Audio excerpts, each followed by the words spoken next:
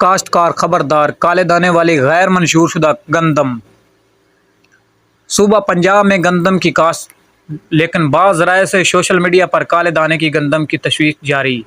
محکمہ زراعت پنجاب کی طرف سے کاشتکاروں کو آگاہ۔ ایوب زرعی تحقیقاتی ادارہ فیصل آباد کی IS سے لیبارٹری میں کالے رنگ کی گندم تجزیہ کے مطابق اس خصوصیات اضافی غذائیت سے متعلق دعویٰ بالکل غلط، اس لیے کاشتکار مفاد پرست ناجائز منافع خوروں کے دھوکے میں نہ آئیں، منظور شدہ کاشت ہی کریں جن کو بیج پنجاب پرائیویٹ لمیٹڈ نے جاری کیا۔ حکومت کی طرف سے مارکیٹ میں کالے رنگ کی غیر منشور شدہ گندم فروخت کرنے والوں کے خلاف قانونی کارروائی۔ جی تو ناظرین، یہ تھی کالی گندم جس پر پنجاب حکومت نے پابندی لگا دی۔ یہ پاکستان میں کاشت نہیں کی جائے گی، جو منظور شدہ کاشت ہوگی، بیج ہوں گے، وہی پاکستان میں گندم کے کیے جائیں گے۔ ناظرین، کالی گندم کے بیج کی بات کی جائے تو 20,000 روپے کلو کے حساب سے یہ گندم فروخت ہوتی ہے، لیکن اس کا کوئی فائدہ نہیں ہے۔ پاکستان میں یہ پابندی لگ گئی ہے، اس پہ یہ کاشت نہیں ہوگی۔ آپ تمام بھائیوں سے گزارش ہے کہ کسی کے دھوکے میں نہ آئیں، اپنی جو